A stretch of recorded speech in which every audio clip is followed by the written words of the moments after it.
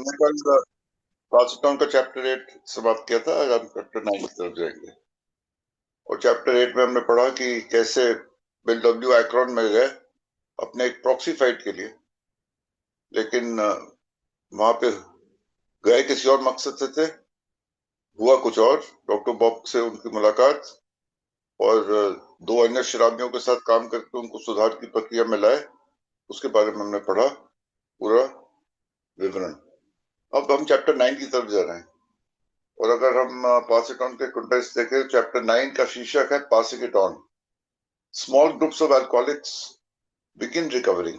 छोटे छोटे गुटों में शराबी जो हैं वो सुधार की प्रक्रिया में आ रहे हैं, चाहे वह एक्रोन की बात हो चाहे वह न्यूयॉर्क की बात। इन दो जगह पे मुख्य रूप से अल्कोहलिक्स एनोनिमस की शुरुआत हुई थी, लेकिन अभी अल्कोहलिक्स एनोनिमस का कोई नाम नहीं पड़ा है, सिर्फ शराबियों के गुट हैं जो एक दूसरे की मदद करके उनको सुधार की प्रक्रिया में लाने की कोशिश कर रहे हैं। A nameless bunch of drunks separates from the Oxford group. और उनको मिलने का मंच जो था, कॉमन ग्राउंड जो था, वो था ऑक्सफोर्ड ग्रुप। लेकिन ऑक्सफोर्ड ग्रुप विशेष रूप से शराबियों के लिए नहीं था, आध्यात्मिक उन्नति के लिए, सबके लिए वो खुला था। लेकिन शराबियों को एक अलग सा मंच चाहिए था अपने लिए, और इस बात का एहसास उनको था, इसलिए वो ऑक्सफोर्ड ग्रुप से अलहदा हुए। इस बात को लेके काफी टकराव हुआ था शुरुआती दिनों में ऑक्सफोर्ड ग्रुप के साथ उनका, लेकिन बाद में ऑक्सफोर्ड ग्रुप वालों ने भी इस बात को समझा, तो ऑक्सफोर्ड ग्रुप से अलग हुए and develop the custom of group conscious. जहां दो चार शराबी मिलेंगे, वो भी अर्ली रिकवरी के दौरान, तो टकराव तो होगा, क्योंकि हर एक अपने आप को सही साबित करने की कोशिश करेगा। ईगो होती है, एक अहंकार होता है। तो ग्रुप कॉन्शियस की जो प्रथा थी, वो जो थी, वो जरूरी थी कि वो शुरुआत से ही वो परंपरा जो है वो स्थापित हो जाए, the concept of group conscious, ताकि वो एक साथ रह सकें। क्योंकि अगर वो नहीं होगा तो वो गुट जो है वो कभी, समूह जो है शराबियों का, वो कभी अपना अस्तित्व बना ही नहीं पाएगा। तो ग्रुप कॉन्शियस की प्रथा भी शुरू। तो यह है सार चैप्टर 9 का जो हम अब पढ़ने जा रहे हैं। तो let's move to page 160 of pass it on, chapter 9। When Bill returned to New York City on Monday, August 26, 1935, he had two immediate concerns. As pressing as was his need to find a niche for himself in business, his need to do something about alcoholism was equally great, urgent. वापस आया 26 अगस्त 1935 को bill W Ekron से New York. New York था उसका घर, उसका निवास स्थान था। एक्रोन में वो 4-6 महीने रह चुका था, और कितना रहता वहां पे। गया था एक प्रॉक्सी फाइट के लिए, वहां डॉक्टर बॉब से मुलाकात हुई, अन्य शराबियों के साथ काम किया, डॉक्टर बॉब के साथ रहा कुछ दिन, एक अभियान की शुरुआत करी। वो सब कुछ सही था, लेकिन अल्टीमेटली आखिरकार उसको अपने घर वापस आना था जो न्यूयॉर्क में था, और अपने रोजी रोटी के लिए भी कुछ करना था। तो जब वो वापस आया है तो वो लिखा है, he had two immediate concerns. विशेष रूप से दो मुद्दे उसके सामने थे। एक, अपना निर्वाह करना, अपना गुजारा करना किसी न किसी तरह से, यानी कि अपनी आर्थिक स्थिति को सुधारना। और दूसरा था need to do something about alcoholism. अब यहाँ पे लिखा है need to do something about alcoholism, ये नहीं लिख रहा है कि need to do something about his alcoholism या हिज बीइंग एन अल्कोहलिक, या need to do something about another alcoholic whom he knew. No, ये एक बहुत ही एक ब्रॉडर मुद्दा है, यानी कि एक बहुत ही ऐसा मुद्दा था। अल्कोहलिज्म की बात कर रहे हैं यहाँ पे, यानी कि ये एक ऐसा विशेष मुद्दा था जो पूरे विश्व में फैला हुआ था। अल्कोहलिज्म की बात कर रहा है, किसी पर्टिकुलर अल्कोहलिक की बात नहीं कर रहा है, अपने अल्कोहलिज्म की बात भी नहीं कर रहा है। ये शराबीपन का जो विश्व भर में एक समस्या थी, उसके सुधार की प्रक्रिया में लोगों को लाने की बात कर रहे हैं।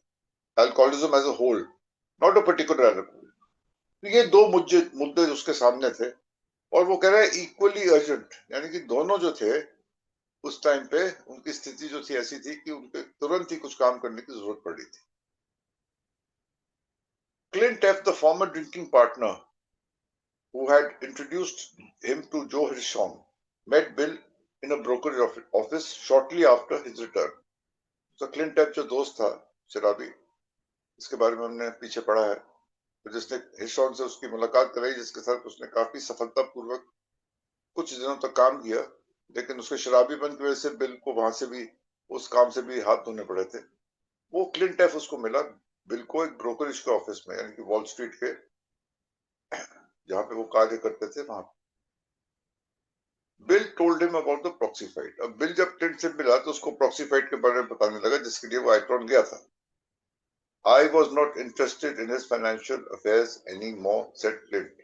लेकिन क्लिंट को कोई दिलचस्पी नहीं थी कि उसकी आर्थिक स्थिति क्या थी, वो अपनी आर्थिक स्थिति को सुधारने के लिए क्या कर रहा था, फाइनेंशियल अफेयर्स उसके कैसे चल रहे थे, वो अपने कार्य, उसके कार्य की स्थिति क्या थी, वो किस चीज में अपना किस अभियान में चल रहा था, जहां तक उसके काम का सवाल था। क्लिंट को इन चीजों में कोई दिलचस्पी नहीं। I was not interested in financial affairs anymore, said Clint, but something did interest me very much. लेकिन एक चीज में उसकी दिलचस्पी बड़ी बिल्कुल देख के, एंड आई लिसनड हार्ड, और उसने सुना। He said he had not taken a drink of booze for several months and he certainly looked it. एक बात जो सबसे बड़ी बात जो थी, जिसमें दिलचस्पी क्लिंट की आई और जिसने क्लिंट को आकर्षित किया, कि बिल ने 7 महीने से शराब नहीं पी थी, सोबर था, और ये चीज उसके चेहरे पे दिख रही थी। He looked it. ये चीज पता चल रही थी उसकी शख्सियत से, उसको देखने से। The old circuit judge aloofness was missing. Circuit judge aloofness.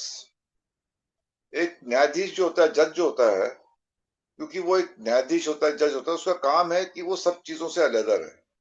ना वो किसी वकील से घुल मिल के बात करे, ना सामाजिक तौर पे लोगों से ज्यादा घुल मिल पाए, अलहदा रहना, ताकि उसके जो वो न्याय करेगा जब, तो कोई उसके ऊपर कोई उंगली नहीं उठा पाए, उसके ऊपर कोई आपत्ति ना करे कि ये किसी की तरफ जो है वो बायस्ड है, यानी कि पक्षपात कर रहा है किसी भी प्रकार का।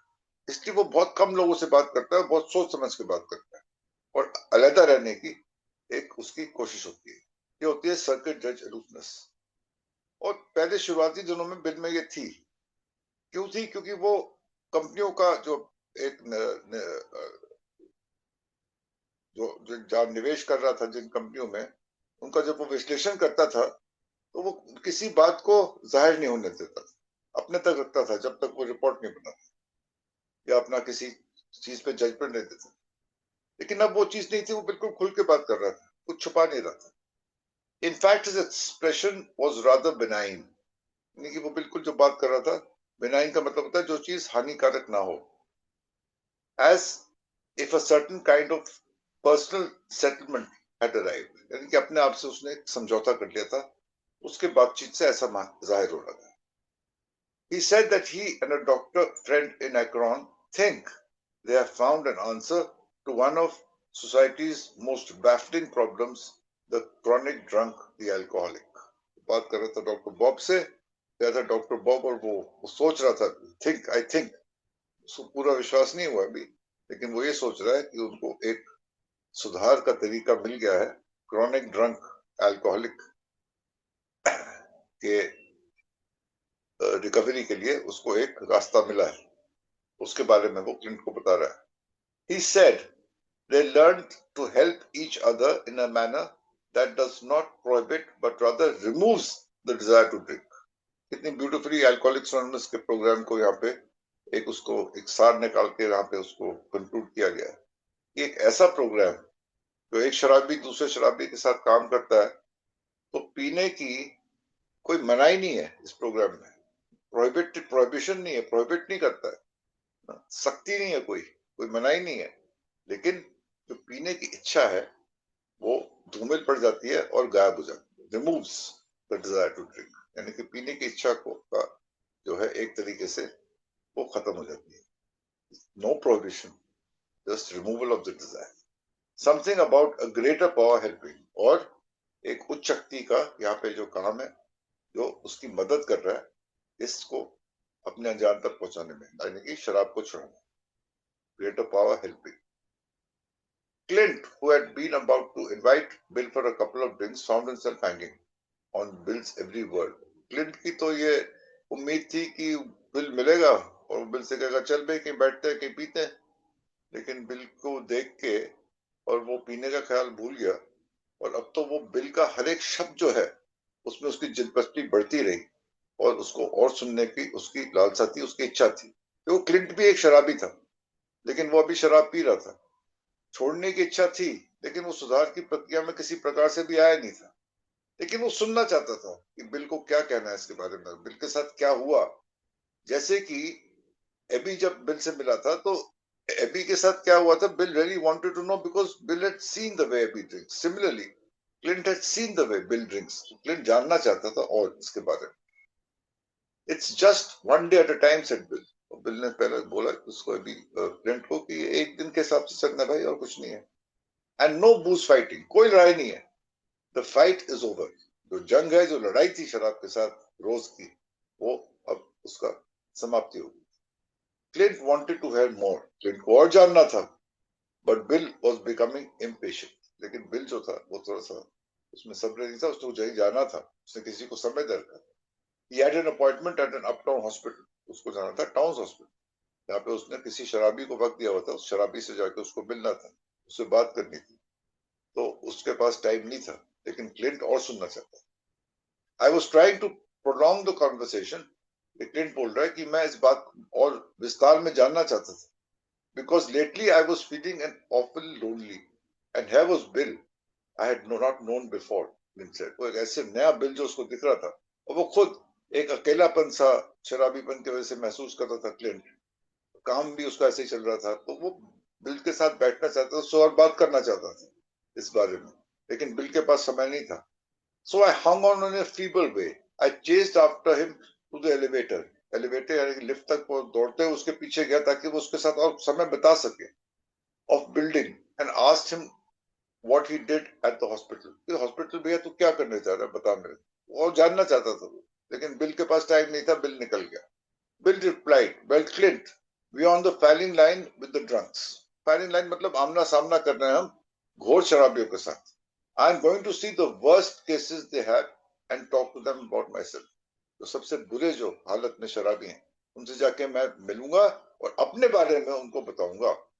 It's wonderful to see even one responder, उनमें से एक भी मेरे बताए हुए बात को सुने और कोई रिस्पॉन्स करे, यानी कि उसकी कोई प्रक्रिया हो और वो सुधार की प्रक्रिया में आने की चेष्टा भी करे, तो कह रहा है बहुत खूबसूरत एक अनुभव होता है। Clint was conscious of his own drinking problem. तो जहां क्लिंट था, जो अपने शराबीपन की समस्या से अच्छी तरह से वाकिफ था, उसको पता था। After the elevator door closed, he recalled he wanted to go with Bill. और बिल के साथ जाना चाहता था देखने के वो क्या करता है, लेकिन गया नहीं। और अब चुपचाप ब्रैकेट में लिखा हुआ है कि it would be another 13 years before Clint went with Bill. He came into A in 1948. ये 1935 की बात है। 13 साल लग गए क्लिंट को कि वो दोबारा जाके बिल से मिला, ए का मेंबर बना और रिकवरी के प्रोसेस में आया। यानी कि जो चीजें होती है वो ईश्वर के समय से होती हैं। उसको वहां था, वो सामने तक वो एक शराबी था जिसको शराब की समस्या थी, सामने उसके बिल डब्ल्यू खड़ा था जो शराबियों के साथ काम कर रहा था। उसके पूरे जीवन का ये अभियान था, लेकिन दोनों का मिलन भी हुआ, मिले भी, बिल ने उसको बताया भी वो क्या कर रहा है। लेकिन सुधार की प्रक्रिया में आने में क्लिंट को 13 साल 13 लॉन्ग इयर्स और लगे। 1948 में जाके वो अल्टीमेटली ए के प्रोग्राम में आया। तो इस होती चीजें जो है वो भगवान के समय से ही होती है, जब होनी होती है। मिला उसको बिल, लेकिन came into recovery 1948 after a was form. ये शुरुआत हुई है इस चैप्टर की आज। इसके बाद वो मैसेज कैसे पास आउट होता है, टाउन हॉस्पिटल जाके कैसे न्यूयॉर्क के पहले दो सदस्य हैंक पार्कहर्स्ट और फिट्ज सैम से बिल मिलता है, उनको कैसे लाता है और कैसे धीरे धीरे न्यूयॉर्क में अल्कोहलिक्स एनोनिमस का गठन होता है, फेलोशिप बढ़ती है। इसके बारे में हम कल पढ़ना शुरू करेंगे। Till then, thank you so much. Back to you.